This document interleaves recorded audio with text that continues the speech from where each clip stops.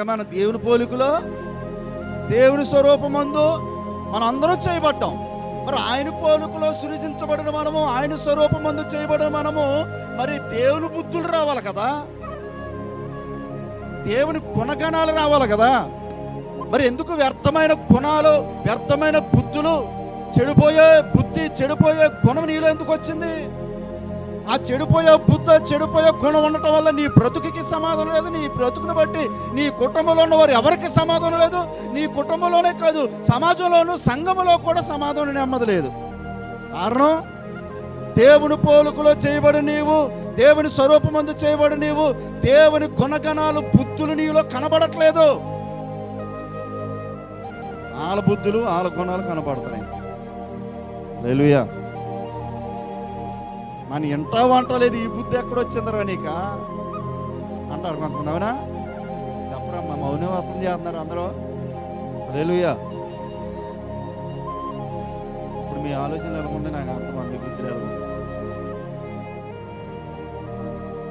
మరి దేవుని పోలికలో తండ్రి, కుమార, పరిశుద్ధాత్మ దేవుడు మానవులు చేయుదామని వారి ఆలోచనలో, వారి తలంపులే పుట్టి తెలుసా? నరులను మన పోలుకు చెప్పున మన స్వరూపమందు నరులను చేద్దాం. అమ్మ కొద్దిగా వెనక జరగండి, మీ మొక్కలు కనపడదు, నాయన చూడండి. మన పోలికలో, ఇప్పుడు మనందరూ దేవుని పోలికలు ఉన్నామా లేదా? చెప్పండి అమ్మా. ఇంటికి వెళ్ళక అద్దం వైపు చూసి అర్థంగా నిలబడే. పోలిక అంటే ఏంటి? కన్ను వంకరు, ముక్కు వంకరు, నలుపో, తెలుపో, పొట్టో, హైటో కాదు, అది కాదు పోలిక. నీ దేవుని గుణం నీలో ఉంటే, దేవుని బుద్ధి నీలో ఉంటే, దేవుని తలపు నీలో ఉంటే, అదే దేవుని పోలిక, అదే దేవుని స్వరూపము. దేవుని స్తోత్రం కలను గాక.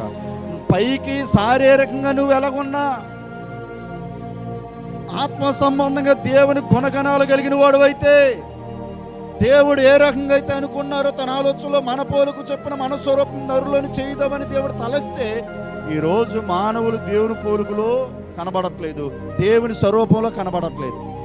చేసింది ఎవరి పోలికను చేశాడు? మీకు అర్థమవుతూనే చాలా, మీరు జాగ్రత్తగా వింటేనే అర్థమవుతుంది మాట. మనందరం ఎవరి పోలికలు చేయబడ్డాం? ఉందా? అది కన్నా 26 వచ్చిన అనుకుంటు చూడండి అని అంటున్నాడు కదా, మన స్వరూపం ఉంది, మన పోలుకు చెప్పిన. అంటే ఇప్పుడు మనం అందరం ఎవరి స్వరూపములో బట్టి, ఎవరి పోలుకుని బట్టి చేస్తున్నాం, చేయబడ్డాం. అర్థమైందా అన్నమాట? ఇప్పుడు మన అందరం దేవుని పోలికను బట్టి చేయబడ్డాం, దేవుని స్వరూపమును బట్టి చేయబడ్డాం. ఈరోజు దేవుని పోలిక, దేవుని స్వరూపము చాలా మంది జీవితాల్లో కనబడట్లేదు. దేవుడు చేసింది ఎలా చేశాడు?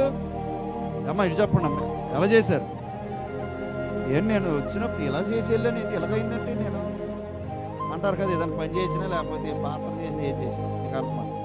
దేవుడేమో ఆయన పోలికలో మనలను చేశాడు, ఆయన స్వరూపంలో చేశాడు. తీరా ఇప్పుడు ఎలా కనబడుతుందంటే, ఆయన పోలిక ఎవరిలో కనబడట్లేదు, ఆయన స్వరూపం ఎవరిలో కనబడట్లేదు. ఎక్కడో మొత్తం మీద తేడా వచ్చింది.